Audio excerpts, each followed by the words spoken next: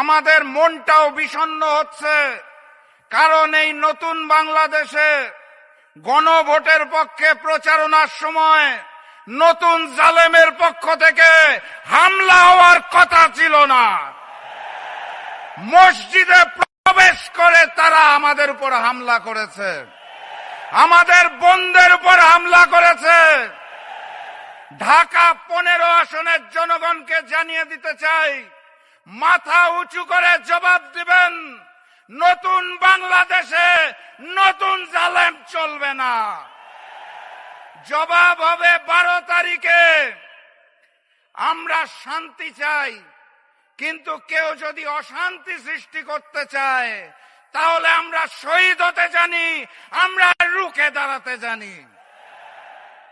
ওই একটি বৃহৎ দল নতুন করে প্রচারণা করার চেষ্টা করছে না ভোটের পক্ষে।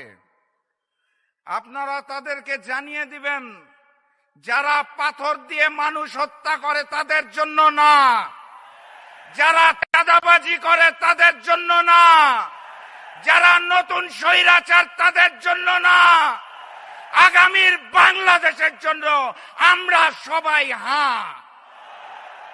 অতএব গণভোটে হাঁকে জয়যুক্ত করতে হবে।